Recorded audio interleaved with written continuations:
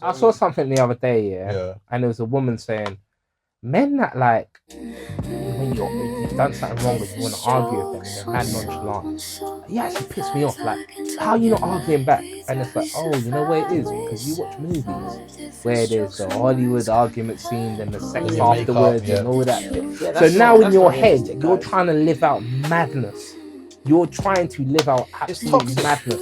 It's toxic. Like, you know, like the girls will be doing TikToks and they'll be like, when I'm bored and I see them there looking happy and innocent and I want to do something. Yeah. Men don't think like that. Men don't just look at their women and think. Don't get me wrong. Like, you might want to tease your woman, like you might want to poke fun. Cool, but just you did that with your little brother, you did that with your little sister, you did that with your friends. That's just normal. But to look at a guy and think, how can I start an argument today? Just for no reason, just to feel emotional and to feel connected to a movie scene I've seen a couple of years ago. But alright, to go back on. I know you start that all the time or say it for banter. Like, no, I'm gonna learn how to quint it. Huh? What? No. No. Don't deal with it. I don't want to do that. I can't do that. You can't. Yeah, you're gonna quint your bum. Because you don't have a front bum. Okay, just stop. You're making it worse. You actually don't have a front You're bum. the one who said it, though. So you can't quint anything but your bum. I never expected it. I just. You never expected to quint? No. Oh my god. You never expected to quint? Okay, yeah. Oh my god. But you said you're gonna learn how to quint it, so I'm assuming your bum. No. And we never expected it. I made a mistake. So I made a mistake. You're gonna clench. I made a mistake. You made a mistake. You're not gonna quint. You're not going to quint it. And we're not going to quint it. No, we are definitely not going to quint it. Because you already learned how to quint it. No, oh my. Quint it. Are you a quinting specialist then? This is crazy. Let me sip some water, man. It's hot. Are we live? Yeah, we are. Quint it. This is Different Strokes Podcast. Welcome. This is episode 271. Jesus. Me, myself, drinks, and beside me I have... KK Small. And the quinting champion. Oh no! What, Gabriel? Yeah, you can take the crown of the quint. How's everyone been? I'll start with Gabs. Quinting crown. I've been How you handling the heat? I haven't really felt it today though, because I've got a big air conditioner in my living room. So I just go there. It's from my parents' old restaurant. Yeah. It's like a big commercial one. Do you like them big? Quint it. No, I've been talking like. You know what I'm saying? I'm just this is crazy. But quint it. This is crazy. I shouldn't have said that, you know. You started it. I can't believe you started I off. That. But yeah, no, with the air conditioning, just turn it on and man. The room goes cold in like 10 minutes. Like freezing cold. My friend's got that in her room. Beautiful, and bro. We did a job together and I stayed over and it was a job in her room. We did a bar job together. A bar job? Is that I've never heard of that before. We did a bar. We was doing let me finish. Bar job. We was doing a bar job together. Is that what she said? But I stayed over so we could travel together to the bar job the next day. Okay. But my point is, I had stayed at her house, and this is the first time I stayed at her house, and it was so hot. I was like, oh my god, how are we gonna cope? She had a small room. She said, don't worry, babes, cold in a minute. And I didn't believe these air cons could do. The right ones, trust me. But this is a proper one. Because obviously some of them will cool down the room. But this one, night and day. Yeah. You go in the hallway, you come back in the room. Yeah. Yeah, it's like you're in a different room. Yeah, it's crazy. So I've been looking for... Last year I was looking for them and I was taking my time. I should have bought one last year. Because this year... last year would have been perfect. They're all sold out. To have it by now, it would have been perfect. Because I thought, an air conditioner would be great. But I was like, my fan is perfect and my fan is good. I've got a really good one. However, when it gets past 29 degrees, that fan it's just hot air. Doesn't work. But the only good thing is, everyone says don't open your windows. I open my windows because there's a breeze that comes in. Mm-hmm. If you got a breeze, then it's perfect. I don't have no breeze coming from my window. Like a breeze in this heat, because people are like, but when I close the windows, I close everything up, it makes the flat more hot. Yeah, mine's a sauna right now. So mine's not. That's what I'm saying. Mine was fine. So what over night time, I'm actually on the second floor, but I am sun facing sometimes, but only for a certain amount of time. I've got construction all over the building, so I ain't getting nothing. Oh. Yep. Mine's a bit of both. Mine has been a bit of both. So yeah, but like 6 a.m. in the morning, Like at night time, I'll have them bad boys open, get the breeze in. 6 a.m. in the morning, open them. When it started to get warm, I'd close all the curtains. This time, I'm going to test it. Okay. And see. If the flat gets too unbearably hot, I'm probably going to go to the office. Or Starbucks. Yeah, I hear that. Starbucks. I'm going to start off like this. To Quint? No. Oh. Or not to Quint. That is the question. All right, so Friday gone, I was doing my normal work, and then come 2:30, I had to be in Morden to do the ticket scanning for Garage Nation. Right. Okay. I keep forgetting Garage Nation's on Sundays. No, it was on Friday, Saturday, and Sunday. I meant from a Friday, sorry. That was crazy. The queue for that was nuts, especially in the heat as well. I can imagine. I went last year and it was flipping amazing. Because obviously with the ticket scanning, you scan for a certain time, then they close the gates. Then you can go and enjoy yourself, get free food and drinks. Cool. After the gates shut, I was gone. I went home. I couldn't be asked. You didn't want to enjoy? No, because on the Saturday, where was I? Oh yeah. Well, okay. Very before we get into that, similar. What Monday to Friday, did my 9 to 5. Then Friday evening, it's like I did my 5 to midnight. So basically, it didn't start at 5. I didn't start till like 10.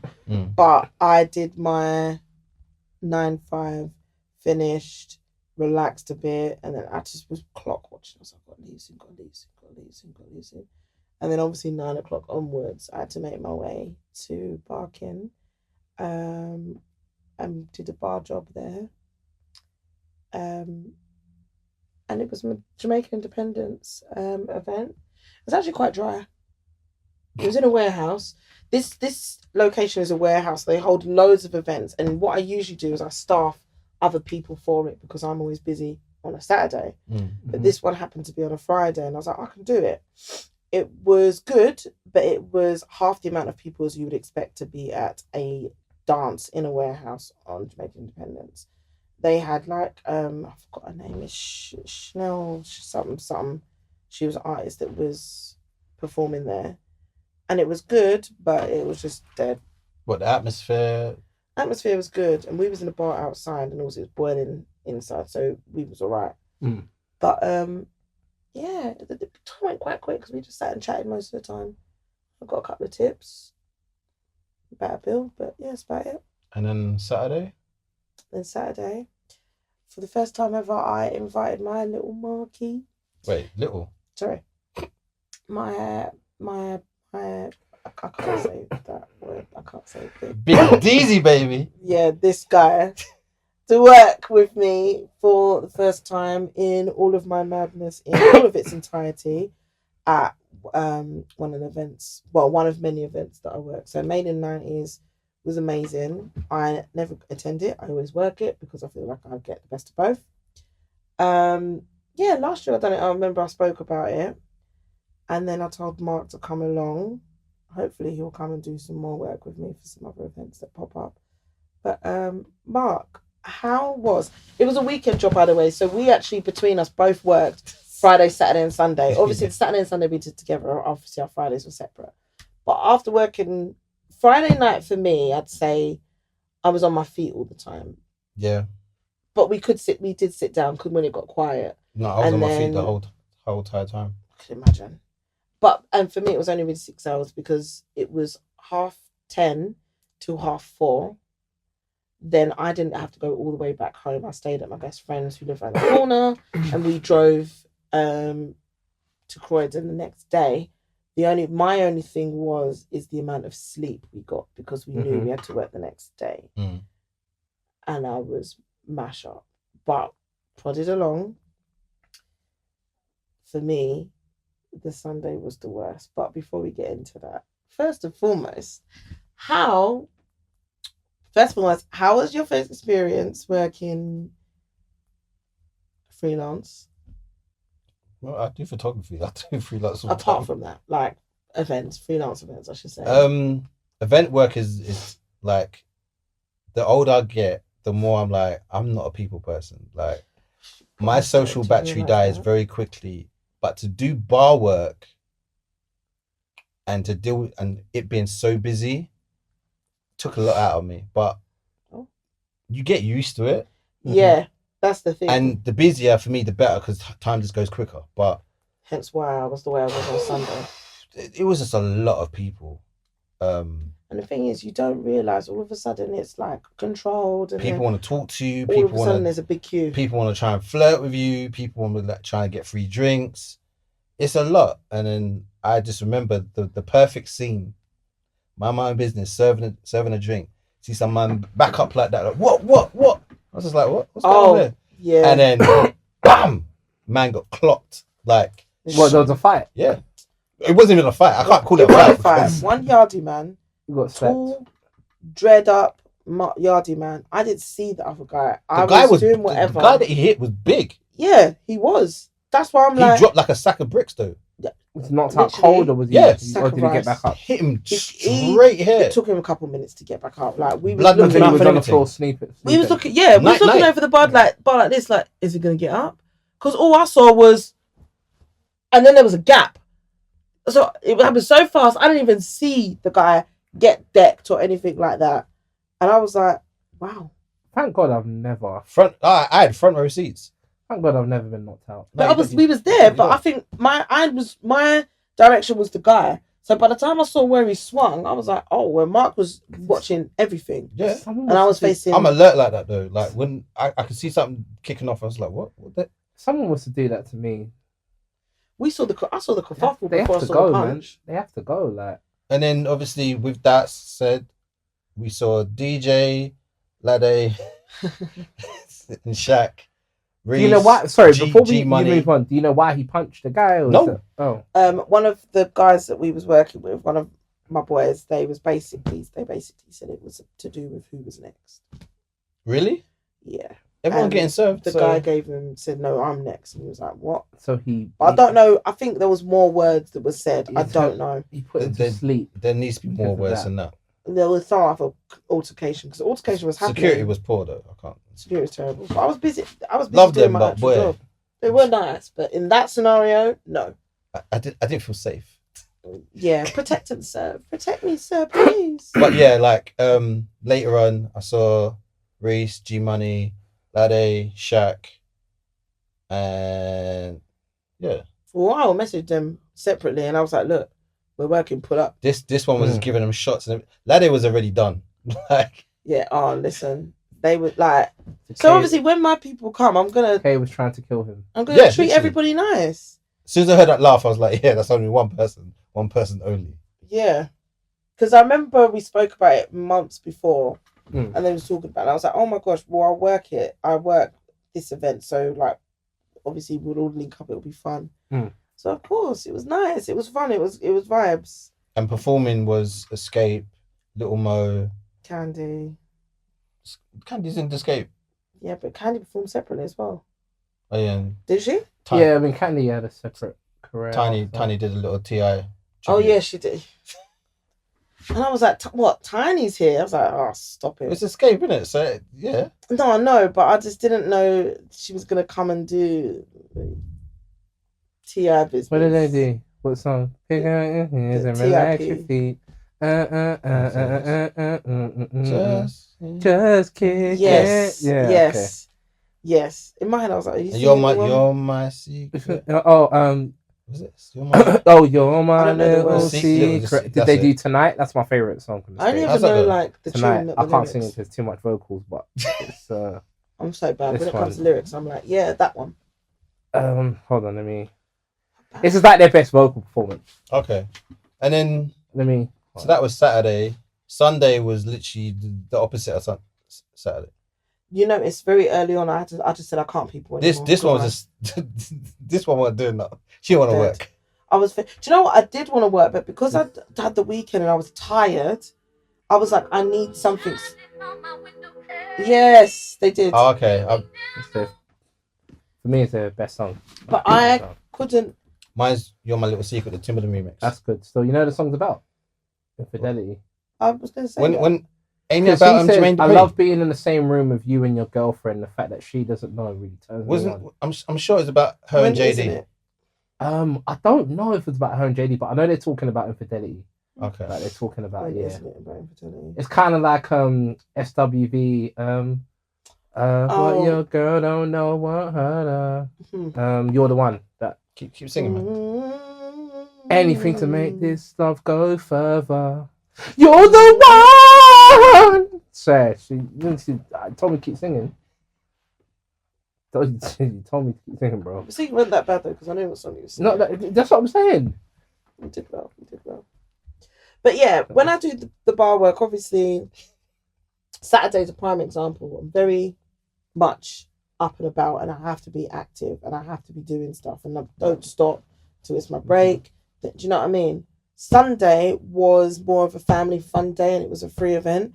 So a lot of people came. They must have already brought and snuck in their alcohol and whatever, which meant less people coming to the bar. A lot less. Do people have to see alcohol into festivals? Yeah, they do, innit? People do. There's loads of TikTok hacks. So if you don't know how to do that by now, put it in like a sandwich or But there was that. So people must have had flasks here, there, and everywhere.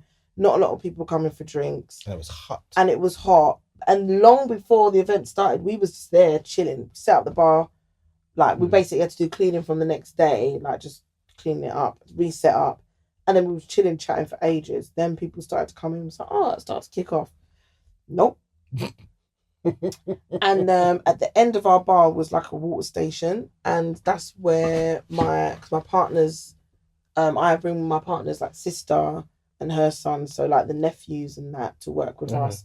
My sister works, Mark, my friend, her sister, her partner, sometimes his friends, other people we know. Literally, from me and my best friend Philippa, it's a congregation. Her nieces, her nephew works, her sister, her sister-in-law, my sister, like family affair, like a bag of black people on the bar on one side, and then there's them lot on that side. One of our partner's friends works with us. So yeah, they put my partner's sister on the end of the water station. I said, yeah. Because of the wasps? Yeah, she can't stand the wasps. Hey, Gareth, man, them wasps are getting on my nerves, man. Because it's all sweet, innit? So you see ants, wasps. It was worse the second day. So Sunday?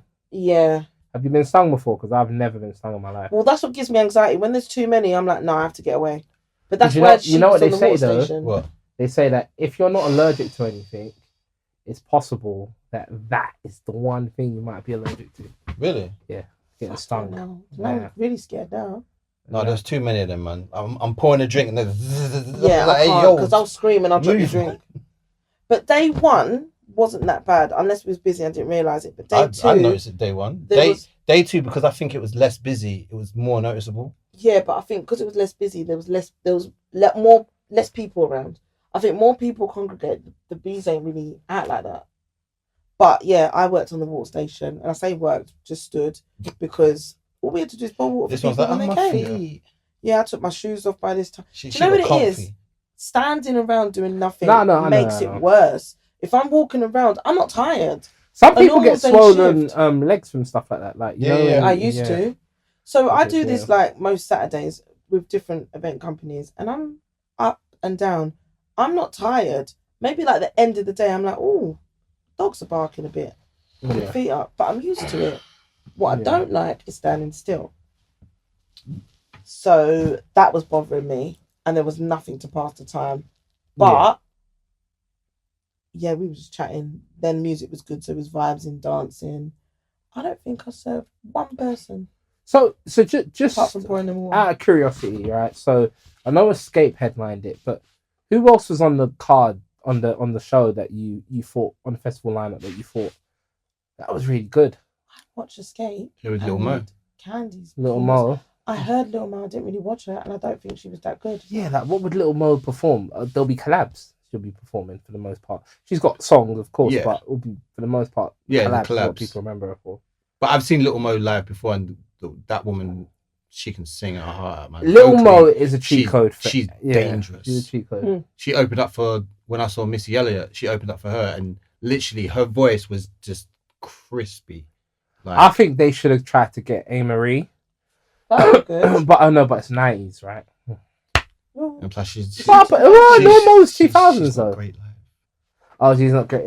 Yeah, I thought. Who they have last year? Last year, you would have liked it. Last year was Maya. babes. Mine looked I'm good as well. surprised. She always looks good. A lot of people were like, "Oh, she was shit," but I enjoyed the performance. Like, I left the bar and went to right front of the stage, but this time it was too busy to go and watch. But we was closer to the Maya's stage. still putting out music now. No, Maya was good. Yeah, she is. Maya's got body. Yeah, and she's what, 40? She's fire. And then we saw her backstage briefly afterwards. It was nice. I like to see her. I mean, yeah. Swiftly moving on. So overall, would you work again with Madam? Mark was getting the ladies. Don't get it twisted. Of course, Mark's the ladies, man. Come on, man. You know, like sometimes when you're working with your friend and he's a guy and women are around, like you don't want it to look like you're cock blocking. But I was encouraging it. I was like, yeah, and I was like, me, yeah, I'm oblivious. he'll serve you. Like... Especially the ladies will be drunk as well. Yeah. I don't even think you'll notice. Sometimes women will come over and I'll be like, oh yeah, he'll serve you. Yeah, I didn't notice that. Yeah. Oh really? And sometimes I'll be like, I just see green tea a lot. I was just like, me? Can I no. Oh, them. Customers like, can I help you? And it's like, yeah, because sometimes I'm like, I'll see them come from far and I'm like, or the security guard, I'll be like, yeah. And sometimes I think security guard knew the pattern. He'll send the men to me and the women to Mark. Yeah, just naturally. But like the men were cool as well. Not like that. They were just like, there was a load of women that were really cool. You have to clarify what you meant and there. The crowd, still. Yeah, the crowd was just a good crowd. Polite, as well. not rude. No. Yeah, they were. And a lot of them, obviously, a lot of my friends had come and stuff like that. But a lot of the guys there, no one was really rude. Yeah, thankfully, yeah, because I can't tolerate that. I just don't serve them. I'm like, hello, do you have manners? All right, swiftly moving on. Question for everyone in the room. Mm-hmm. Yes. What is the biggest lie your parents have told you?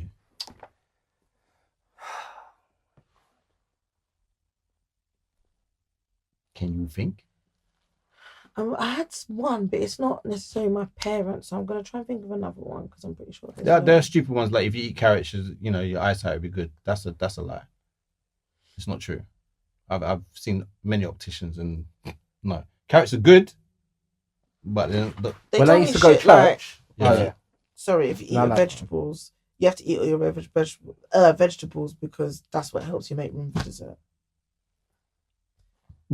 Because I used to think if I don't want to eat it and I went plus I don't want to be too full up. No, but when you eat all your vegetables, that helps you give room for dessert. Is that what you got told? Something like that. That is a lie. Oh, so eat more calories so you can eat more calories. Because they know I want the ice cream afterwards, but I'm not allowed to have the ice cream if I don't finish my veg. That's yeah. Okay. So what are you going to say, Gabs? When I used to go to church, right? In the church I used to go to, my mum will say, when you pray, you got to close your eyes because spirits that are in people that leave when they're praying enter humans through eyes. But that's not necessarily... So you got to close your eyes. But I think it's very stupid because the spirit is metaphysical. Yeah, it so doesn't why need do you need my eyes? It doesn't need a door to enter. It can enter anywhere. I hear it. Do you know what I mean? So basically you're saying if it wanted to enter you, it would enter you. It would never enter me because it can't. Because you know what I'm saying. Quint it. I have a couple things there so it don't enter. But no, it's like for me, it's like okay, so cool. I'm still gonna be walking around with my eyes open though, after. So it's just weird that little lies your parents might tell you. I remember. Oh my god! Obviously, my mum did the tooth fairy thing. Yeah. My mum did that. Of course. Well, maybe all that tooth fairy. Father Christmas. My mum didn't do the Father Christmas one, but she did the tooth fairy one. Father Christmas is real though. You can't say he's not real. He's real. Well, fair enough. It's be your friend, isn't it? Like at some point when I've hit adult parent status, I will eventually see him. But I don't know why as a kid it didn't scare me that if I put my tooth underneath my pillow, some fairy thing would come and take my tooth and give me English currency. We believed anything back then, boy. Listen, if you've seen what's it called about the horror film about the tooth fairy, it's called Make it up. No, wait, hold on. Just give me literally. But I'm gonna make my kids believe that as well. What, the tooth fairy? Yeah, I have to. Because I legit used to wake up Falls. and I'll see like £2, £1. Darkness Falls is a film that came out in 2003, right? And me, my sister, her friend, me and my sister, and then two sisters, used to. Oh God, rest Danielle. So one of them passed away, bless her. But I was in I was the same age as one. Leonie was the same age as your sister. Your sisters. My sister, one of my sister's school friends. Oh, okay. Yeah. And then we used to go around their house, and obviously I was friends with her. I was like the younger sister was my age, and we watched this film about the Tooth Fairy, and it wasn't the Tooth Fairy. Well, it was, but it was called Darkness Falls, and it was a horror film to do with Tooth Fairy, but it was a bit quite psychological, very flipping scary, and that is what scared me about the Tooth Fairy. Yeah. So I used to tell my mum and dad, I don't want to leave it under my pillow. Can I just put it on my bedside table, which was easier for them to take and leave me money. I'm trying to remember some, but I'm trying to remember some lies. There's a lot of lies, man. My parents have lied to me too many times. So I mean, trying to live in a lie, like study hard and you get a good job. Yeah, they told me where babies come from real early. I didn't bother ask that. I think I knew after a while. No, but I mean, but I had older brother and that. So yeah. Sorry, really early. They told us before we was even learned that in sex education. My mum was like, "I'm not having my kid fooled." Basically, I don't know. I remember. I don't think my parents told me this though, but I remember if you had sex at a young age, you're gonna have some babies. Like just generally, just even if I protected myself, I was like, yeah, just like, okay. You're gonna have some babies if you have sex at a young age. Who told you that? Your mum? No, I think it was my aunt or something. If you want to leave someone, yeah. Oh, this is like, okay. I don't think. Yeah, I want kids. Well, go on. I want kids. Yeah, Yeah, that's what I want though. Did I tell you I don't want kids though? Okay then, shut up then. For real. Then what? No, I don't think I got any lies told like that. Like when I'm really thinking about it. Like, do you know what? My mum lied to me for years. No, I don't think. No, I'm trying to think. My mum didn't lie to me about certain things, but just the whole study hard and you get a good job. Yeah, my mum lied to me. My mum exaggerated the importance of education. And lying about certain things to get us to do stuff. But do you think it was a lie rather than they're trying to like just set you up for the best things as possible? It's all they knew. So it's not a lie? Yeah, so I'll say it's not a lie. But I think they, at the same time, I'm not going to allow them to claim ignorance because there are entrepreneurs that don't need degrees and stuff like that. Yeah, but at them times, we didn't know about entrepreneurs. We knew about business owners, but we didn't know how to... I wish I did. I would have done that way earlier. Funny enough. But at the same time, I'll say that. Text message about work. There's going to be work, Mark. You're busy. Who are easier to make friends with, men or women? Why? Okay, I've noticed this, yeah. Women go over and beyond for men, but don't go over and beyond for other women. I've just noticed that, like, what's over and beyond, though? Every woman I've become cool with, regardless of the relationship, always goes the extra mile for me. Well, like checks up on you and stuff like that. Yeah. My male friends do that as well. But what I'm saying guys are more laid back. Yeah, I've noticed that women don't do that for each other, but they do it for men. I do. We do. I've noticed a lot of women don't. Maybe not a lot of women don't, because I've seen where some women don't do that. But it depends on the friendship group. Yeah, I would say it depends on the friendship group. Because I know women live and die by their friends. You know what it is with women and friendship groups, though? For me, I don't think I've seen... There's not many women I know that have kept a long friendship group from, like, young.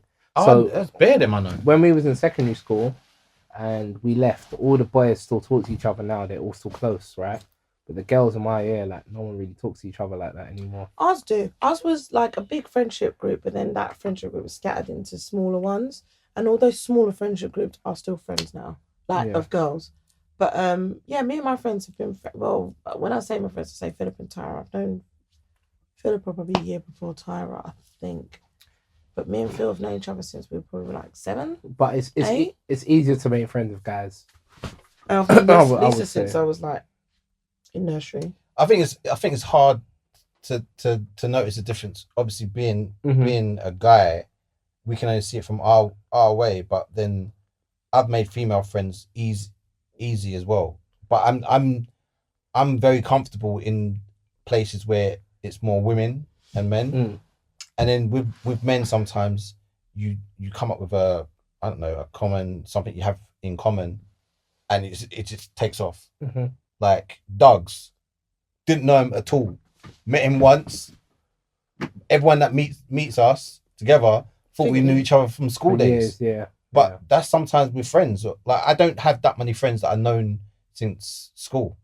Like, we just kind of drifted away type of thing. It's not a bad thing. It's just sometimes you with life, you just have different chapters and 100%. you just It move takes on. you a different path, yeah. Like some friends, I don't need to know them for like many years to be tight with them. Like, it's just how you are with each other. Yeah, no, for real. All right, Katie.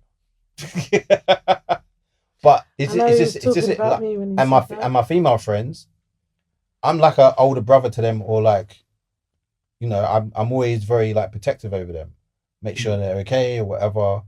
I'm that type of person. If I've not heard from them for a while, ring them or text them, just say, "Hey, how you doing?" Blah blah. Sometimes Mark does it. I'm like, "How can I help you?" So I'm like, "Hello, how can I help you?" He's like, "No, just checking in, babes. You alright? You okay?" And then we'll have a conversation. But yeah, Mark is that kind of person. Having said that, I do think it's easy to be friends with guys, just because I think females, and I have female friends, and this is why I only have like a certain amount of my close female friends. This before. It's the maintenance. It's it's demanding relationship. That's and it is the maintenance. And sometimes I think it's really overwhelming. Like, girls can, and I don't know, maybe I'm a different type of girl. Maybe I'm just more understand. I don't know. Sometimes there are situations where you feel like, oh, you should expect stuff from your friendship group. Well, if I'm really upset, I do expect you to check in on me. Cool. Any friends, not just females, but sometimes I feel like with my female friends, I'm not saying all my female friends are like that towards me, but sometimes in friendship groups or certain friends, it's just demanding. Too much, yeah. And I feel overwhelmed, whereas my guy friends now, they don't do that. Like, these lot. Like, we just haven't got the... Reese I won't say and we Mark, haven't, but I'm not going to be like, you ain't spoken to me in 2 weeks. And like, obviously it's harder because we pod together and stuff like that. So we have to sort of speak to each other in the week anyway. Even if I actually don't really want to chat to them, like, I kind of have to, unfortunately. But if there was a time where, even if I'm off and I'm on a holiday, I'm still talking to them because there's still things that need to be done behind the scenes and whatever. So we do still talk, even if it's brief. But then sometimes if I'm completely quiet, obviously Reese is more that person that check in. Or if I've noticed these two are completely quiet, I'll be like, you're alive, just make sure, right, just checking in. And that's fine. With your male friends as well, like... My other male friends, they're all like that, though. You can miss their birthdays. Well, we said this before. You can miss their weddings if you want. You can miss anything except for their funeral, but they won't be alive to know that you missed it. So, I missed one of my boys' baby showers, and it was literally just because... And they won't care. Obviously me and my partner was invited, and obviously a lot's going on with the family at the moment, and we're also working because we want to go on holiday and all this stuff. So there's a lot going on where I'm like, I can't make that availability. It's just impossible, and I already knew that in advance. And I said, if anything changes, I'll try. But what I did do is I checked in, sent a gift, checked in, just make sure everything's all right. How was the day? How was everybody? Do what I can from here, even if I can't be there in person. Yeah. And I'll be that kind of person. If you're important enough to me. That's all what's we don't require certain things. We don't require things. much. Yeah. But then I have female friends that are very much like that with me. Like, I don't have to see you all the time to know it's love. I have a friend that lives in Florida, for God's sake, and we don't speak every single day. But we was talking the other day, and it's just all love. Like, I must have said the same thing. I've got one of my closest friends, like, we don't talk every day. I don't think I can handle a friendship or anything where I have to chat to someone every single day. I don't talk to my mum every single day. The only person I talk to every day is Elle. Like, I can't lie. For me, it's just one. But when we catch up, it's like we spoke to each other yesterday. And it's perfect for me. Like, I don't need the 24/7 helpline or something. Like, no. But and the good thing about those relationships is, if the person does need, they can always call you. Yeah. And I've got one friend that's like that, and she's like, oh yeah, but I haven't spoken to you. I'm like, I'll tell you this all the time. Don't sit there and think just because you haven't spoken to me for 2 weeks, but now you're in problems, you can't come to me. I'm that friend you can come to. You don't have to speak to me every day to check is Katie is like balanced enough so I can speak. Like, any of my friends that are close to me, and I guess sometimes I've got pick me friends that are like that. that just act like that. I'm like, don't be a pick me, like, you know what it is. But then I have friends that are very normal. Like the girl that was working with us the other week, Grace, not the other day, with Lisa. The other girl that was with Lisa. There's a whole bunch of girls. No, but she was next to, she came with Lisa. Like, we see Lisa, you see Grace. We see me and Lisa, you see Grace. Anyway, whatever. She's like lovely. She's very understanding. Okay. Like, she's very nurturing and like wants to be with her friends, but we can equally, obviously I met her through Lisa, but we can equally not speak for however long. A long time. And then when we do catch up, like literally before working, like a week before, caught up on the phone, chatting. I was like, all right, babes, I'll speak to you soon. All right, I'll see you in the week. Do you know what I mean? Like, and I think people need to know that as you get older. But sorry, long-winded. In answer to my question, there are certain females that I can get on with house on fire. Like, there's certain girls that I meet, like my friend at work, Lucy. There's a big age gap between us, but we are literally like the same person and we click. Yeah. And there's people like that are girls that I can get on with, but naturally, it's guys. Okay. It's just easy. I just like the realness. Have you ever had like backhanded compliments that you're just like, what? Would you say? Yep. Oh wait, you're really pretty for a black girl. Sorry. Not even you're a really pretty black girl. Even that you don't need to discuss my race. But if someone said, you're a very pretty black woman, all right, thank you. You're really pretty for a black girl. Yes. What do you mean? That's just rude. One time I was in Grove Park, just outside the station, a bus stop, and there was a group of they were like young Irish kids. They were just running around and they were just kicking up a fuss, like just doing anything, like kicking up a fuss, like they'll see people, they'll throw water on them and they run away and stuff like that. So cool. There was like a girl from like, I think she was like from, it was like, I can't remember the country. It was an Eastern European country anyway. That's it. Where's Golovkin from? It's not Russia. Kazakhstan. That's Kazakhstan. it. Yeah. So she's come and she's sat next to me. She said, "Is it okay if I sit next to you and get on the bus with you?" I said, "Yeah, what's no problem? Yeah, why not?" She said, "Yeah, just these boys are, they're a bit scary, and you look scarier than them, so." But you see me, like I'm not. What? Yeah. But then it's like, but English isn't your first language. So maybe you weren't trying to say it like that. But I don't think she was trying to say it like that. She's like, there's some but guys, you look like you're tough. It sounded mad because I was the only black boy there, big black guy there. And obviously, kids aren't about to do that to me. It's too much of it's too much of a high risk. It's just way too much of a high risk. Not in South London. To do something like that, you've lost your head. Like you've 100% lost your head. But I get, that's the thing. I get her point. So yeah, I stayed I jumped on a 124 bus with her. Jumped on it with her. Even went past my house and went to St. Dunstan's with her. Went to the stop with her.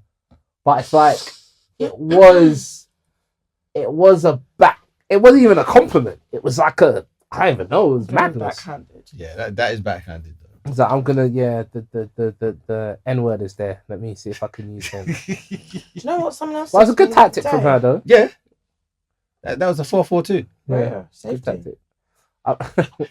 One thing someone said to me when I was working a couple of weeks ago was we was talking about this, like we do like ticket scanning as well.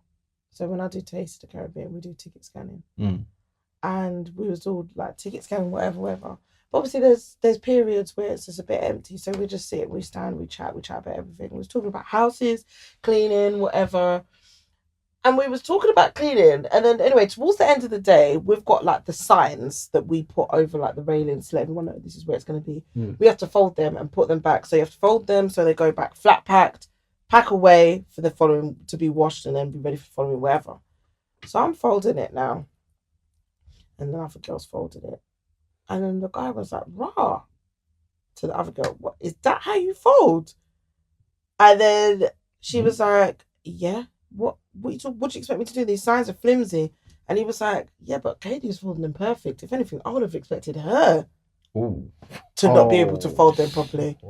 So I said, and it was like a compliment, then not a compliment, like straight away. I said, sorry? Yeah, it's madness. I went, have you know, was you not in the conversation earlier? Was talking about cleanliness and tidiness and neat and stuff. I went, you're not hearing how I keep my house. So why are you surprised that I'd be able to fold? I'm like, you better come away from me. I'm like, madness, you better come away from me. It was the worst. That's horrible. Compliment, non-compliment. What? That is horrible. That is horrible. Cage's folding this perfectly, but I would have expected her to not. Me, we know I'm a hot mess and we know I'm a bit wild, yeah. But one thing I am, and I'm proud, is I'm clean and tidy. That's a mad. I remember being with like a group of people, and he said he was gonna, like, it was like a little housewarming.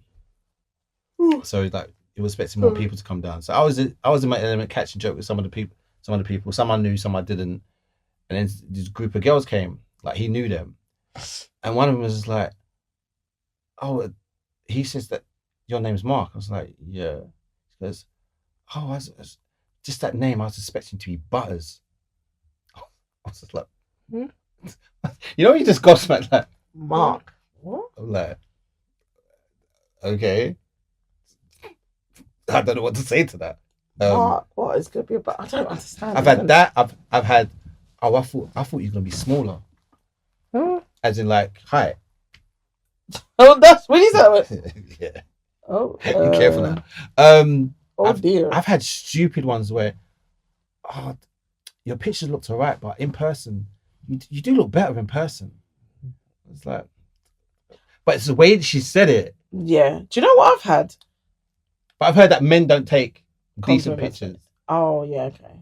So if you've met someone online and you like looking at their pictures, like, I'm not sure about this one. So yeah, that's what she told me. I respect the honesty, but I was just like, do you know one I've had? Yeah, and I'm gonna explain a little context before I say it, because I'm just gonna say the line in one tone. You've got to get what I mean. Imagine like being around a guy that you've probably been chatting to for a while, or let's say it's a guy that you know, but you flirt back and forth, and there kind of is something there. And then all of a sudden you'll turn about, oh, you're sexy, you know. Context. Why are you only just saying this now like you're surprised? Because sometimes you need the confirmation in real life. But you would have seen me. No, this ain't like seeing my picture and then meeting me for the first time and saying it. This is like we've known each other. And then all of a sudden, yeah, we've known each other in person and we've been around each other and we know it's that. And then all of a sudden, oh, you're sexy, you know. Sorry?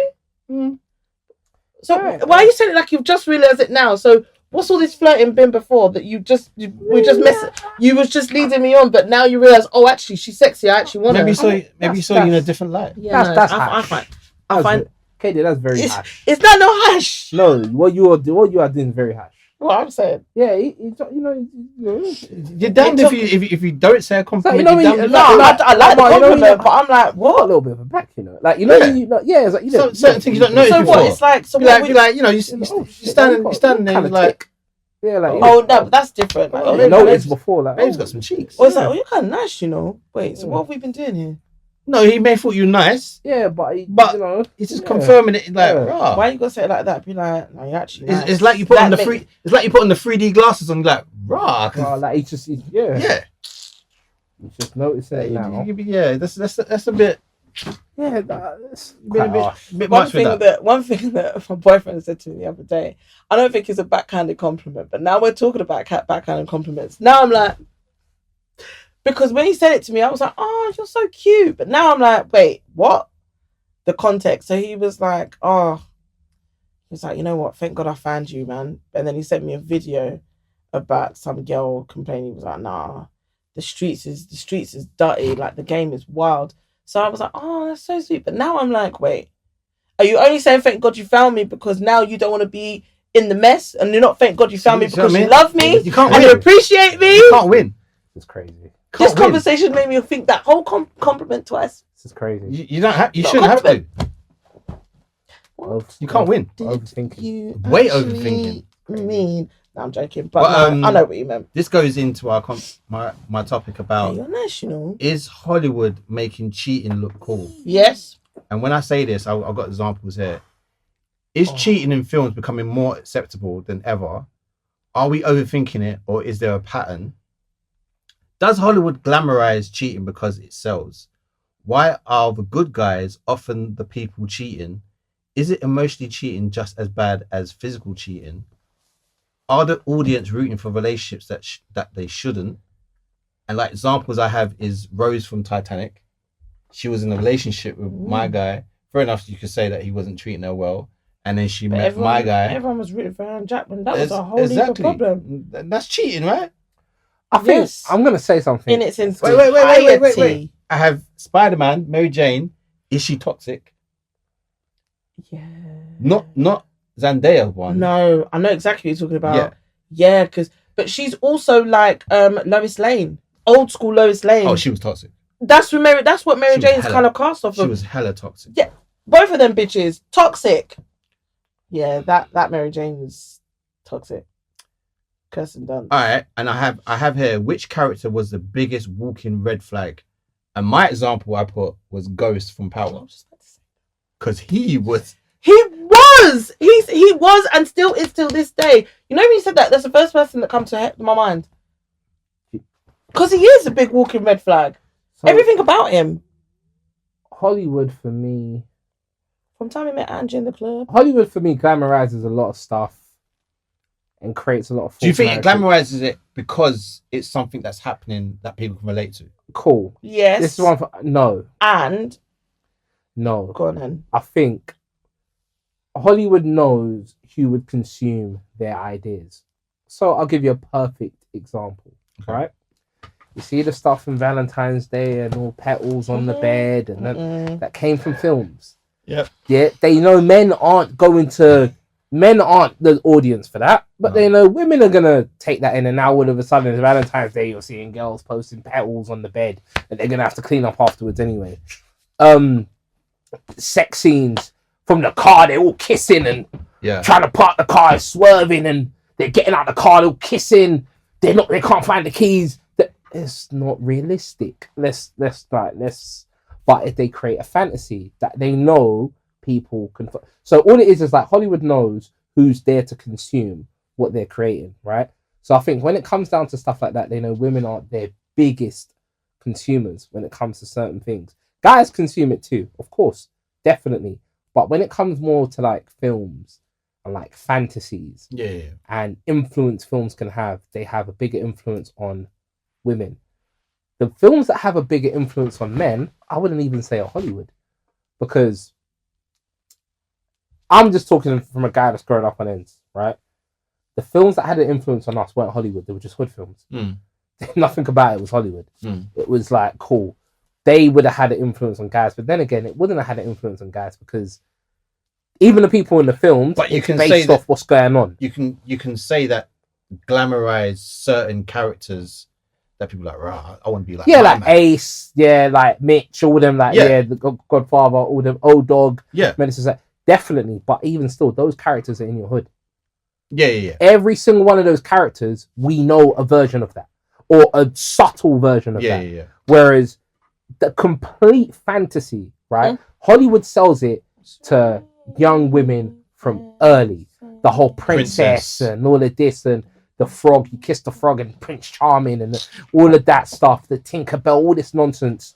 It's sold to women from a young age. Now, the thing is, it's sold to young boys as well when they buy it. But when boys become men, it's bullshit. But some women still, in their brain, still follow those kind of things, isn't it? So I say that to say this. Hollywood knows who's consuming whatever they're pushing. They know who's consuming whatever they're pushing. I don't think they glamorize cheating. I don't think they necessarily. I think it is more now. I think it is more now. Sorry, in films and stuff. Take Beauty and the Black and TV shows. Well, sorry, Beauty and the Black is a TV show, not film. But yeah, films and TV shows, anything on TV they do, like Beauty and the Black, it's so shit that it's so good. I can't explain it. And do you know Perry, what? Man, I can't. Do you know what? I can't endorse Tyler Perry, but I have been. Oh, stomach went then.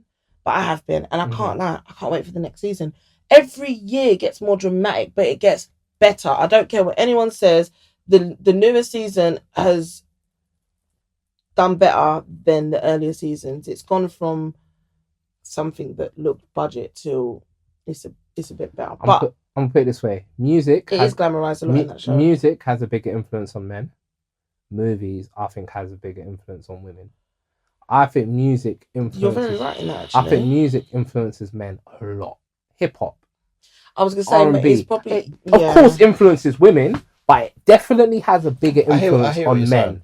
I do, because I think women look at things more visually and see this is what I would want. Men are more visual creatures. Men are more visual creatures when it comes to attraction, but women are more visual when it comes to imagining their future or the ideal moment, like the ideal setting. Mood board and like when I get proposed to, I want to be on the mountain with doves dropping flowers, and their brain thinks like that. Whereas ours, we don't think that far.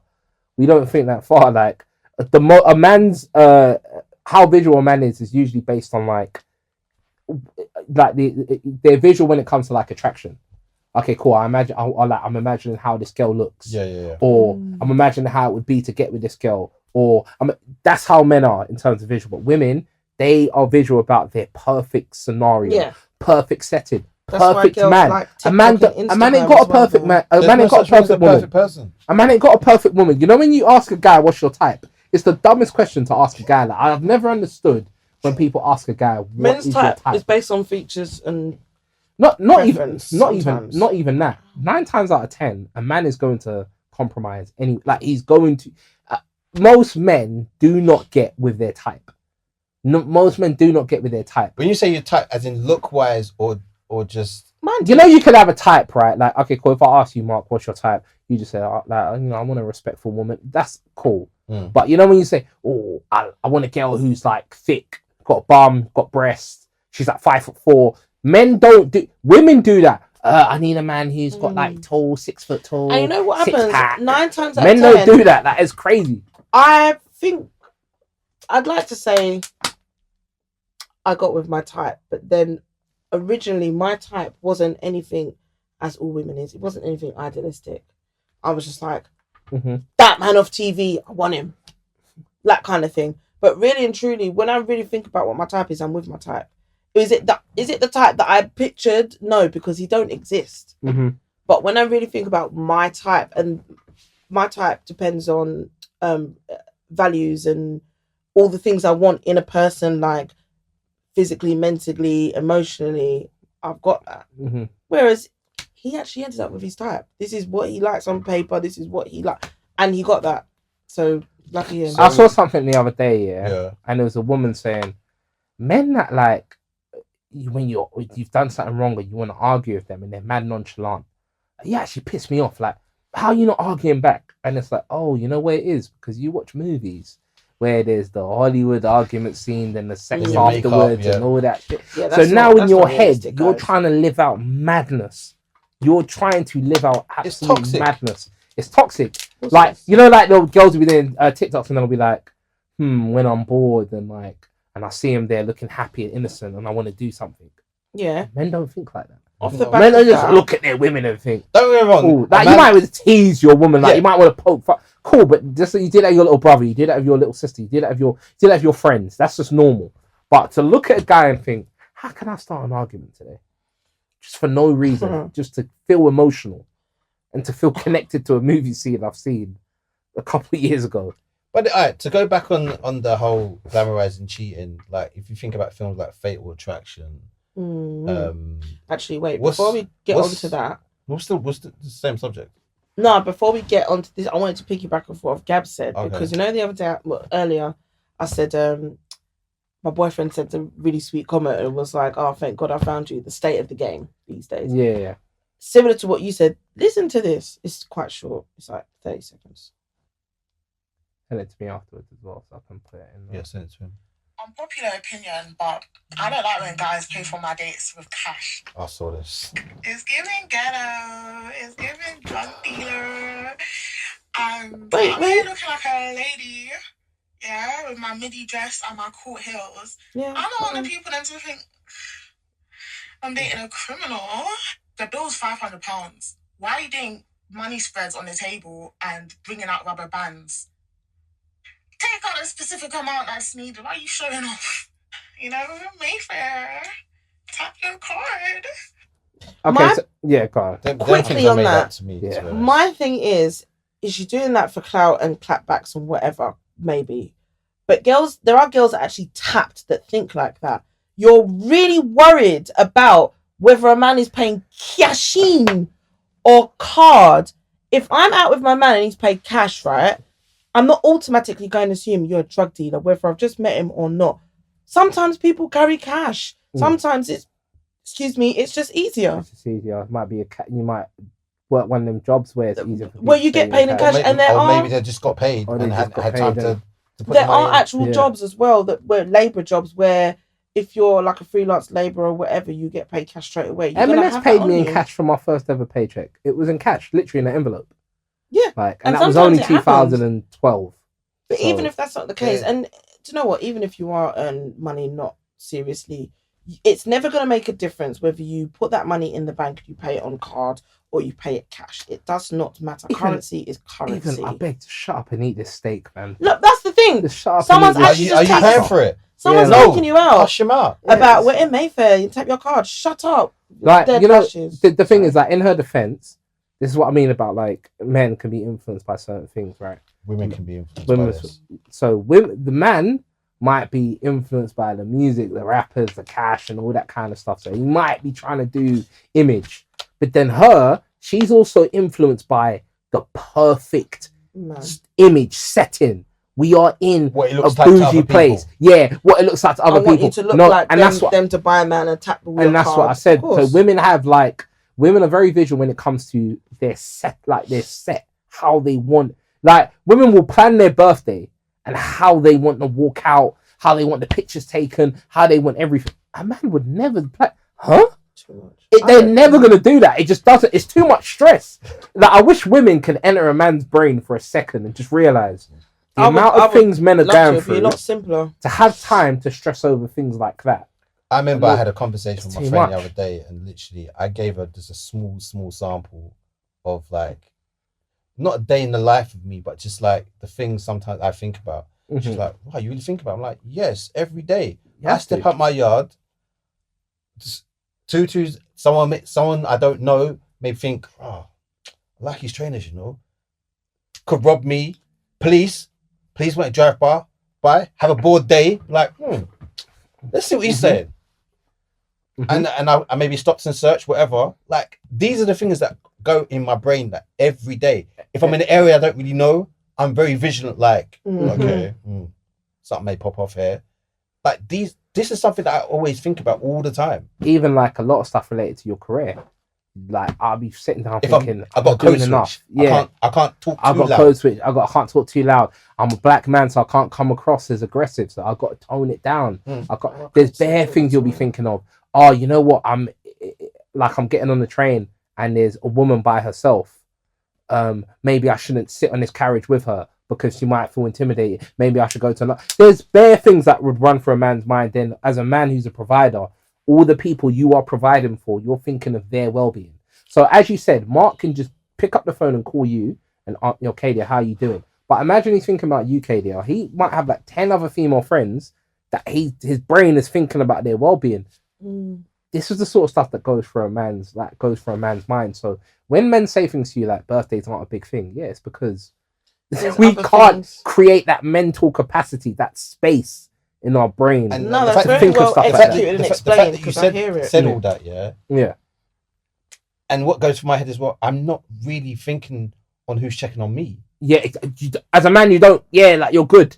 As a man, you're good. It's always checking on other people. How are you really doing? Yeah, like, what's going on? That's why sometimes it's the same as when you say give men their flowers, because sometimes I'm like, give them their flowers.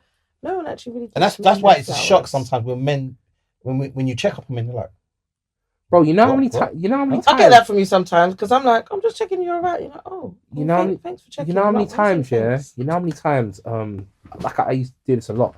Where I'll plan a music video and it's just obviously for H and it's bare girls, right? And I'll get there early in the morning in the studio to set up.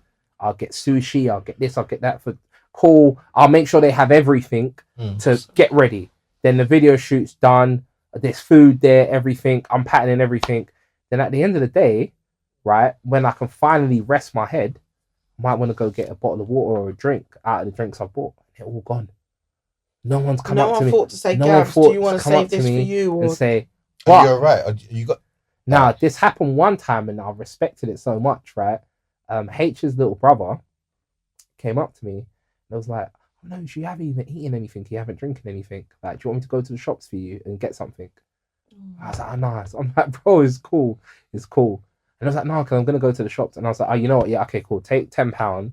Get something for yourself. And that is something we do as well. Yeah. We may be hungry, thirsty, whatever. Yeah. You don't and we just don't want no one else to go out their way. Exactly. But because he said, I'm going anyway, you was just like, yeah, okay. All right. And so I said, take £10, buy whatever you want to buy from that £10. And then afterwards, if you see a drink, grab it for me. Cool. Like, but it's the thought trying to provide for someone else. But it came from a young, because at the time he was like 15. So I understood that way of thinking because I think like that. Like if I see someone working hard, like I used to see Tori doing all the work when we're doing certain things, and I'd be like, "Yo, Tori, what you eating, man? Let me know that so I can make the order for you."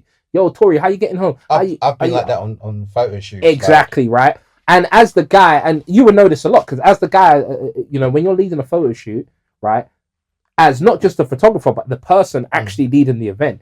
Your main aim is to make sure everyone's good, everyone's comfortable, it's a good vibe, and these are the things that run through men's. Like, it's not easy being a man. I'm not saying women don't do this, but I'm saying for the most part. We're obviously not saying that women's lives are easy. Of course not. Women have a lot of madness that they think. I'm saying, from your perspective, women, not all.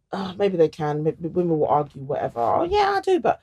Not every woman's going to have that perspective that you have. And I only know that because I see it. And I think it's probably because I see it in you guys, Reese as well, my boyfriend, like, it sounded so weird.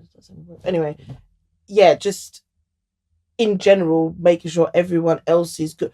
Like, literally, in the whole situation with, like, the bereavement in the family and things like that at the moment, it's the same thing. And my thing is checking on him. Because he's making sure everyone else is okay. He's also making sure he's still working because we've got to eat. Do you know what I mean? And things have got to be done. Things have got to be paid for. And I'm like, okay, in all of this, what time are you going to bed? What have you had water throughout the day? It's hot outside. So you're checking up are you going to stop finish work when at a certain time? But then again, the same would be for I'm going to use a wedding or a funeral, for example, or an event. When people are doing the food. And I do this often, especially if I'm in like helping out or whatever. I'm like, right, what are you doing? Or even family party. Family going around, right, what are you doing? Have you eaten? Because you're dishing out the food, but if you put yourself a plate aside. Yeah. Let me do you a plate. And I'll do it. I always do stuff like that, where any event where I'm with families doing food and whatever, you know, someone's serving. Even if it's like my friend's party that I'm going to. Like her mum was doing the food, and I'm like, Auntie, like, what have you eaten? Like, let me do me a plate, but put a plate for yourself back as well if you haven't. Do you know what I mean? I miss and then that, I'll put it back. I miss that kind of thing. Because you know what it is. Growing up, man's aunties were like that. Like our aunties were like that. But what? Like doing the food. Yeah, that they would look up like. Do you think it's changed now because it's aunties are young now? Yeah, it's definitely changed. So that mentality is not. It's gone. Is that because like, women are being taught, and it's not a bad thing. Like it's not about like we women are being taught that they don't have to do that. Because remember, our aunties are doing that because they were taught an old way of thinking, right? Whereas now the younger women are like, no, we don't have to think like that. We don't have to, you know, like cool. With I know Yoruba culture, this happens. I can't speak for the older Nigerians, but a wife would go to the kitchen. Say it's a party. Say, all right, cool, Mark, you throw a party, and Reese comes to the party with his wife, yeah? Reese's wife is going to go to the kitchen and serve Reese's and make Reese's plate. Yeah. And bring it to Reese, right? And that's like a standard in like Yoruba culture. But I noticed the other day, right? My brother, for example, he's married to a Jamaican, right? Now, Felicia would do the same thing. She does the same thing. But I noticed my brother's the complete opposite. He would like to go and make sure she's fed. He would get her food. And then my brother will pattern my mum's food and he'll pattern everyone else's food and then he'll eat, but cool. But I was just realizing, I said to him, like, when we was young, the aunties used to do this. So I find it funny, like, with the aunties used to do this. They'll serve their husbands first, and then they serve the kids, and I'm like, oh man, it don't happen like that no more. And it's not a bad thing, but you notice the differences in generations, some like families, how things change. We had a family wedding, recently, start of summer, like April. And same thing. So like obviously my friend came with his kids, and in terms of just eating, it was like, right, kids, like I'm helping them look after. There's a few kids, right? Get the kids to play, put them sit down first, and then parents that are with their kids, let them sit down with everything, and then I'm helping with the kids. So then Elle's like, okay, right, babe, like, all right, let me get you, or not even what do you want? Just get my food for me, because he knows I'm gonna make sure everyone else is okay before I pick up my plate. So he'll do the same thing, but all us women are around making sure everyone else is sorted out first. But it's weird because as we've got older, we're now the aunties. Yeah. We are now the aunties. Like, prime example, Elle's nephew's 18th, 2 years ago. All his friends was like, oh yeah, thank you, auntie, thank you. Oh yeah, the food's really nice.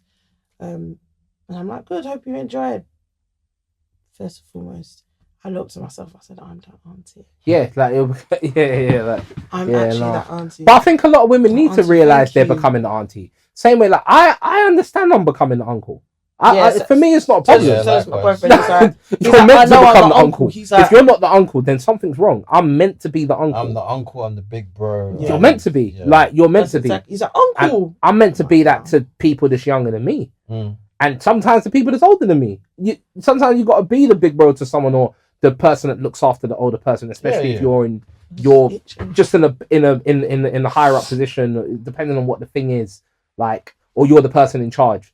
It's funny because, like, one thing I know every week is when we get here on Wednesday, Reese is going to come in and start talking about his football team, right? And why it makes you laugh, because I love it, because I see the amount of bullshit he's going through, and it just reminds me that, yeah, this is what we do. This is what we do. Like, this is what we have to go through. Because this guy said he just want to start as a right back, but for me, he's not good. He can't play on the wing, so he's got to. I'm like, yeah. This is the stress that we hate, but we love it at the same time. We have to go through separate to this. I saw, and this will be our last topic. I saw something that I forgot what blog page it was on, but I saw Professor Green admitting that he doesn't really have savings, and like, I think he's like 44 or something like that. Don't get me wrong, he said he's got money, but all his money went into his house, type of thing. And it just, I saw a lot of people's comments like, "Rod, I thought he was breaded up." And this is a perception that people have because you've got a career in music or whatever, that you've made money. Maybe he had bad investments or whatever. We don't know. But it just goes on to say, and I've always said it, like, we're not taught how to manage money at all at school, from whatever. I've been like saying we school, it's a trial and error thing that we learn from a young age when we start earning money or whatever, tax man, whatever, buying a house or renting stuff. Like, we're learning from other people. Sometimes we have some decent lessons, or we talk well, or good experiences, and sometimes bad. I admit, like, I didn't learn the good way. Like, I learned the hard way. Like, I got into debt at a young age. I got a CCJ. I didn't know what it was. I was like, And I learned the hard way to how to manage money. But am I where I need to be, or where I would love to be? No, because we're still learning. Yeah, I'm forever learning. And the more you make, you learn more. Like, I learned all this whole tax thing now. Like, I'm learning to use my business account for the right things. I'm like, before I wouldn't. Do you know what I'm saying? Anything. So I'm learning. The thing is, when it comes to finances, I hate when people get onto people that were once rich and they lost it, because it's not that easy. You still aren't responsible for anything, because you still think because someone's rich That's it. They remain rich. They just remain rich. But remember, doesn't their work that way. responsibilities are Different crazy. outgoings. Do you know what everything. people even forget? Dave Dash said something. He said, this year alone, I've been sued 20 times. 20. I saw something that, is it Simon Cowell? He said he was bankrupt like 3 times. Yeah, like it's. How'd you get yourself out of bankruptcy? Just earn more money and then pay. No, after a certain amount of years, it comes off your thing. You can still earn money. I think it's 6 years. You can still earn money and stuff, but yeah. How can you be bankrupt 3 times in 6 But billionaires even got that. Donald Trump went into bankruptcy. It's to rearrange for some people to rearrange your finances without having to pay off certain things. So sometimes it's a good business decision to make to, declare yourself bankrupt. But yeah, man, you don't have a business, though. then you can still be bankrupt. Yeah. No, but declaring yourself bankrupt if you don't have a business, it's not. It's just maybe because you are bankrupt. Yeah, it means you just don't have the bread to pay the creditors and that. And like, I don't know how everything works, but I've heard like private schooling, they are taught more financial. Yeah, they probably are. Education. They probably are, because I wasn't taught none of that. Yeah. If you're spending that bread for private education, I would expect they're that. gonna teach you. All I know is I wasn't taught none of that. No, I wasn't. You know what? I say this all the time, and I'm not saying like any of my mistakes and like any like outstanding debts and stuff I've had was all because of this. But I will, and have, and will continue to say, kids need financial education, because I tell you for free, if I had financial education drummed into my head or just known certain little things, it ain't even just school. It's like that's on my bucket list. Ain't like the Poor Me Act, because we've had this conversation before. Well, I've had this conversation before, and I had it the other day, and I said the woman that took me, my aunt, my mum's sister, that like I lived with after my mum passed. I'm not blaming it all on her, but there was a period of time where she didn't encourage us to be smart with spending. All she would say is, never take out a credit card. Like, okay, like never take out a credit card because it's gonna da. But why? Because one thing you're telling me not to do, it just makes me feel like you're telling me don't take free money because you don't want me to be spending it. But if I can earn a job, if I can have a job and I can earn the money I'm paying back, and it goes through direct debit, what's the problem? Yeah. And then with in another case, we're taught to. But I knew about that after. Cards, but just to pay it off like in one go. But then which is what I ended up doing. I used for your credit card. Yeah. So it's just like, so what is the right way? Because I used it and I maxed mine out. Obviously, I just, when you're young. Trust me, I did that. I'm coming. I'll pay it back. I was buying Average jackets. I was just like, just buying the most. And I think they're still waiting on that money back to this day for me. I'm like, why is she telling me not to do this? But instead of saying don't do it, educate and say, do you know what? If you're gonna get a credit card, do this. She probably didn't know. Gonna do that. Yeah, like, it's probably black as well, isn't it? Like, but a lot of black people don't know. We don't know. That generation. You just assume that. Just do this. Don't do that. Don't do Our this. parents' generation didn't really understand things like that as well. If I'm being honest, I'm not saying none of them did, but it wasn't something that they were like schooled in. No. Like, no. Yeah. It was a trial and error. Trial and error. Certain people, because remember my friends' parents encourage them to take out a credit card with their bank and stuff like this, because you know what, you can get a credit card, and if you do your driving lessons, you can pay for it with that. But you've got to make sure when you're working, you pay it back.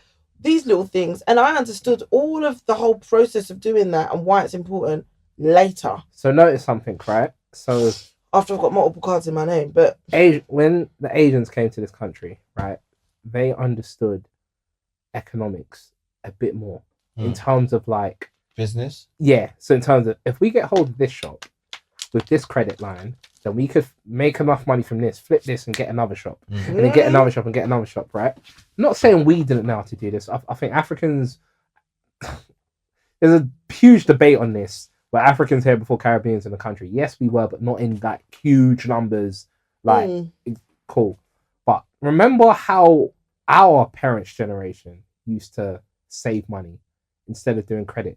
Yeah. The partner. Yeah. Right? That was my mum's generation did that, and they're African. And Right. But My that's mum just still their way. does one now. Yeah, no. My mum was just doing one that, like, yeah, I'm pretty sure. My friend does partner. Well, Phil. I'm pretty sure my mum still does it now, and it's. I'm not even against it. I think it's a good. Yeah, I think it's a good idea. Saves you money. Saves you money. If you can do it with some reliable people, yeah, 100% is a good idea. I would but do partner. It shows the extent they had to go to save or receive large amounts of money. It did make me question though, like especially for their time, like some obviously. My mum bought her house and stuff like that. And fair enough, I've not sat down and had that conversation. Like, how did you save up this money? Because it ain't cheap. Yeah. And you got kids. Like, that's not cheap. And you've kind of like done it by yourself. How? Houses would have been cheaper, but at the same time, like, I think as well, would have been... I thought, because I don't know how credit, like, because I know my generation, my mum's generation of Africans weren't on the credit stuff. They didn't. I remember, like, a lot of Nigerians are Muslims, a majority Muslim country now, just over 50%.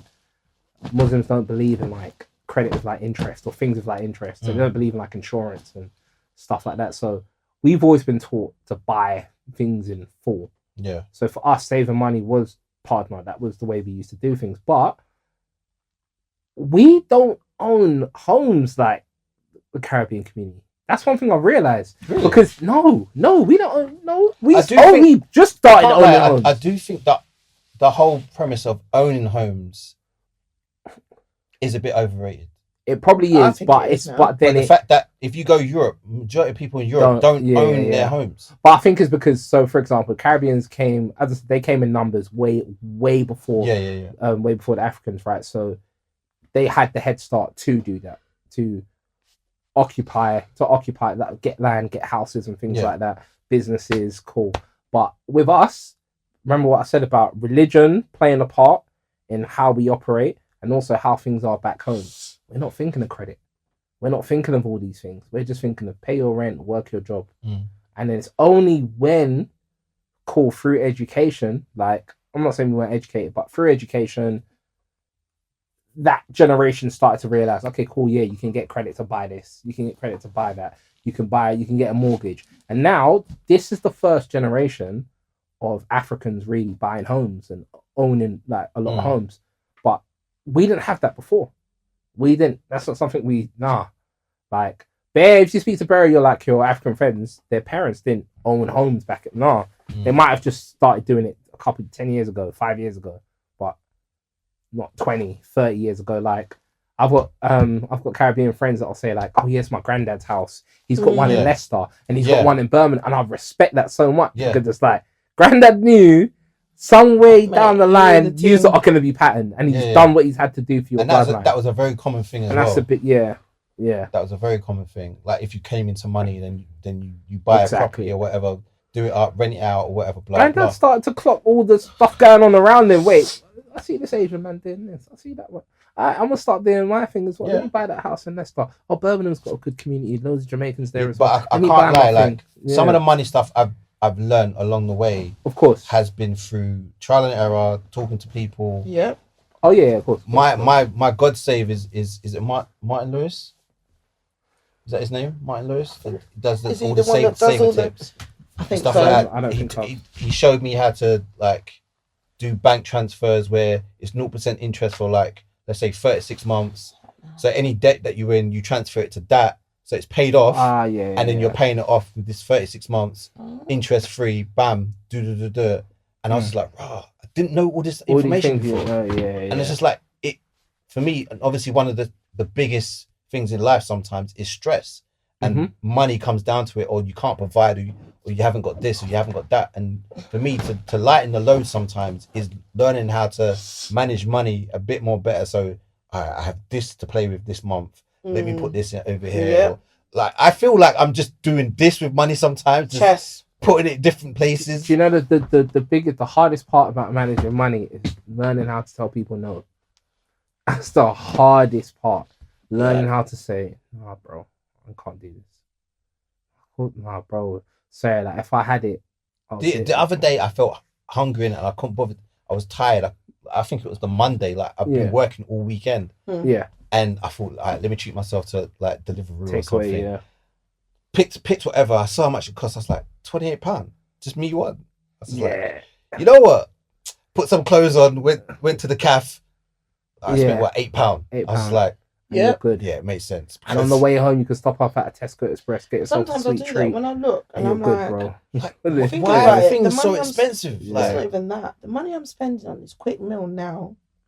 What am I doing for the meal later if I don't want to cook all day? That's the thing. So sometimes, obviously, I have the pattern for work. So sometimes I really fancy it. I'll order what I'm ordering there and then. But you've got the order groceries also for free delivery. It was you that told me about, is it Tesco Wash or whatever? Oh yeah, that's the best handy, thing. Boy. Do you know when I discovered it? I discovered Tesco. If you need Wash, like a little quick top up. But that's what I'll do. I'll go over the road to the Tesco, or if I don't want to actually go to Tesco, like I'm not dressed or I'm actually working and I'm doing stuff, I will do the Wash. But it's actually across the road from my house. But my part of my building has stairs. The other side has the lifts. So I'm not carrying these big ass bottles, and I carry a lot of water. Buy a lot of water. So I'm not carrying them up the stairs and stuff. And it's like, make an order, work in, orders come. But by the door. What I'll do is I'll go to the grocery shop. But I discovered Tesco Wash when I was sick. When I was violently unwell and I couldn't leave, and me and Phil were both violently unwell. It's like within 25 minutes, 30 minutes that they deliver it to you. Like we both caught really bad flu. So, might have even been COVID at the time. But like just the money side, like me having a car now, jeez. In a way, I like having my car, but in another way, I'm like, this money could go elsewhere. Like I had to put the deposit down. I'm paying. That's why I monthly money on it. I'm just like, and I'll say the first 2 months, I got speeding tickets, parking tickets, everything. I was just like, on Monday, I had to do like a speed course awareness thing. That was like £90. It's just long. This country will find ways to eat money off you. Like it doesn't matter what it is. Congestion, and that's why some people cuss me like, "Oh, Mark, you need to get out of your yard, man." Like, if I come out my yard, I'm spending money. If I stay here, I know there's nothing. Nothing will go. If I stay here, I'm good. if I even just go to my friend's house, I know I'm good. Yeah, I'm in someone's home. Like for me, when I'm outside, you should go out more. No. Yeah, no. I did that. I did it. I did it all. I'm fine inside my house. And then my friend was like, "Oh, so you rather work at a festival?" I'm like, "If it means me getting more money, you get to enjoy the festival and you're getting bread, and I'm getting free food and free drink." What did my friend said to me the other day? It's a no-brainer, bro. She was and you had a good view from what I saw. Yeah. She said everyday work. I went, yeah, because I have to live. Me have things for PFR. But then I don't say everyday work, and then when it's time to ask you for money, it's that everyday work that's helping them get this money. Right. Because that's what I'm saying. And I'm like, yeah, everyday work, but why don't you come work? Because you're the same person that's moaning that you don't have money. Oh, let me know when you got work. All the time, let you know no one wants to. I'm just a lot of people don't want to work. A lot of people don't want to do the work. I know the whole thing. And I work hear it, smarter, not harder. Yeah. But then sometimes just to work.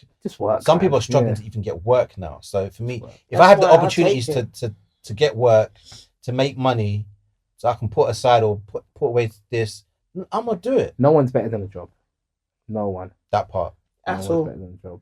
So that's all. That's why the people that are out there working, grafting, whatever they're doing, are all respected. I think I laugh at people's jobs. Hell no. I don't laugh at people. What? That's crazy, man. Because you don't know what they're paying for, saving up for. They could be doing evening classes at college or whatever. You don't know what they're doing. I've been so broke, to where it was like I had to get certain jobs and just do that job quick.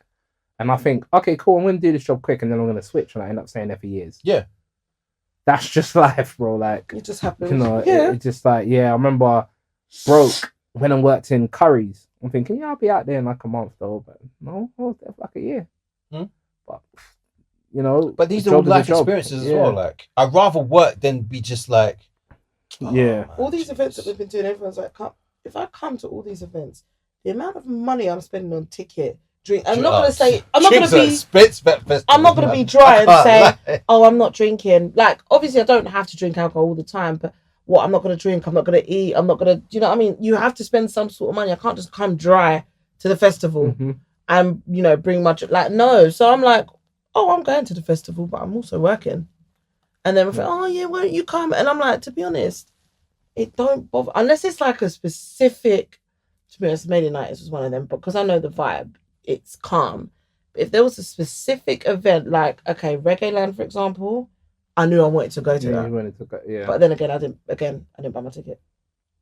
Oh, before that, because like I didn't buy my ticket. I'd done history before all these other events I've done, and I'd done it with my sister. I can't lie, my feet were burning after that. Of course, because I was just standing up to scanning tickets. I was like, you see what I'm saying? Yep. But then I caught a joke afterwards where I had free food, free drinks. My boy Wayne was I think he was managing one of the VIP bars. Yeah. So anytime he saw my face, he was like, yep. Yeah. See? Yep. The food I had, some jerk food. It was quite nice. Then I met Damage performed, the So Solid performed at history, and I met Jade. Okay, yeah. From Damage. Yeah, he was just in the VIP section. I was just like, "You still got the booze?" It's like, yeah. And you know what? So we were bantering a bit, but it was cool. You know what it is? When you get home after that long day of work and you sit on the sofa or your bed and you stretch your legs, you feel good. Do you know what? You made money. I think you ate some food. You had some fun. You do feel stressed. I created new experiences. Yep, you create news. You do feel stressed, but there's the relief now that you're back in your house and it's. And on today top was of a good that, day. now I've got money coming in. Whether exactly, it's cash exactly, and that's you get it following whenever. Oh, that drive back from bloody Muku land. I'll be sleeping, brother. Seriously, like when he said, "Yeah, we can go home." This is 10 o'clock on a Saturday. Yeah. I've been there from 1:30. Walked to my car, sat down for about a minute, like. Well, yeah, you gotta debrief. You got to. You have to. He went, put on my music. He went after that shift. He went. I had to sit down, and he went. I just sit down in the car for about 5 minutes before I was. Ow, thanks in my sock. Before I started actually driving, and I was like, yeah. I checked out my journey, and boy, it was a journey. You know, sometimes when I used to work at Bupa, there's shift I used to do where I used to get there for 8 a.m. But I would have to wake up like 4 or 5 or 4:30. And I'll get there early, right? I think I'm getting better. And so cool. When the shift is all done, I might have to do extra hours. So usually I'll get out 4:30, but sometimes I might get out 5:30 or 6. I look at the train, 2.5-hour journey. Listen, call my Uber to my recording studio, sleep in my Uber.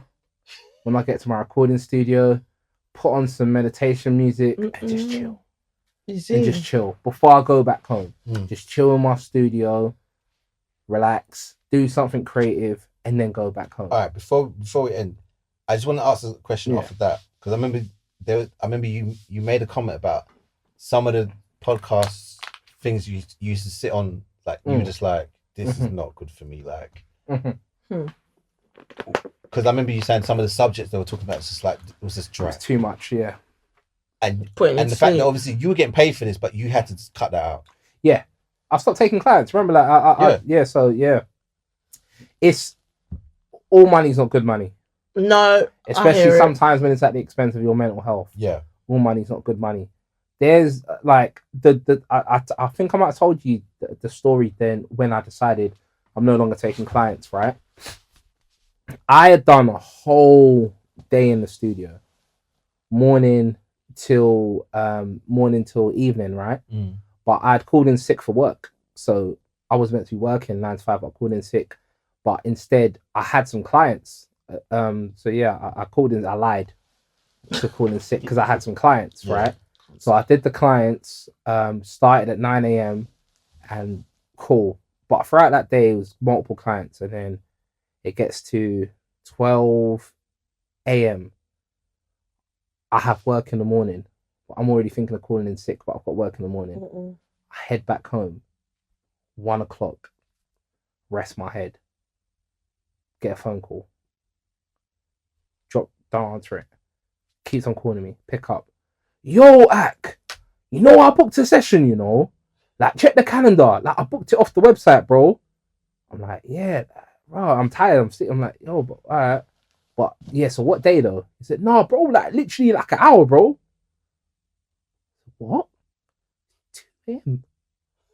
I said, for what, bro? I said, for what, bro? Are you alright? It's 2 a.m. He said, yeah, no, Ak, I need it now.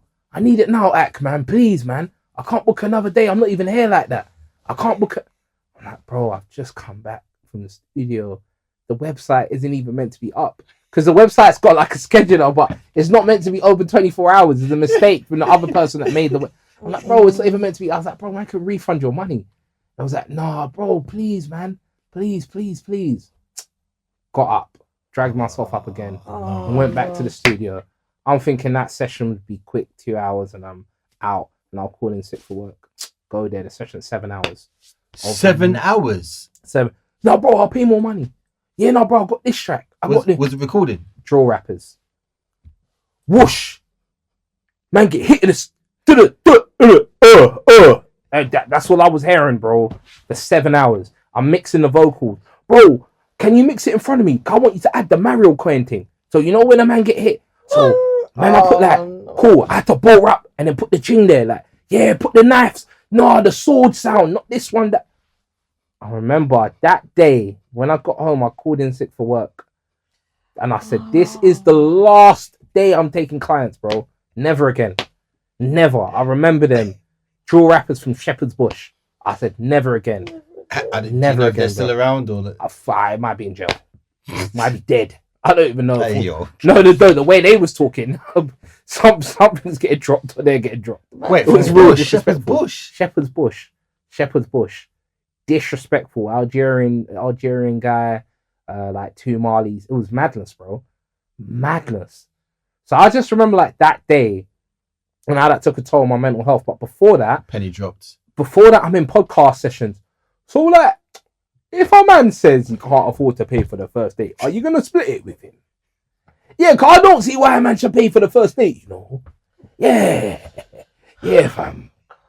Girls. Yeah, but at the end of the day, like I've got discernment. So I know when a guy's wasting my time. So it's coming up There's all the bullshit. I'm just hearing it left, right, and center. I'm hearing it all, bro. I said, you know what? After that last recording studio session, I reflected in the studio about that session and all the bullshit I had before, and I said, nah, I'm only coming there for different strokes. I'm not doing nothing else, bro. Remember, I used to do. There was like a girl that used to come there and do a book. She used to do like a. I don't want to talk about that. I don't want to talk about it. It's crazy. Used to come and do a book. Used to do like a book podcast and it's mad demanding. I used to have no. I had some clients that used to do a battle rap podcast, like 3 of them. Like 3 battle rap podcasts used to come to my and I'm like, bro, are we talking about things certain times? And I'm like, oh, I don't care. I do not care. I remember it got to the point where I was just literally like, Gabs, you need a mic. Like, you need to. Yeah. No, but I'm because it was all natural with different strokes because you guys are the first guys that came through and I'm like, I like what these guys talk about, you know?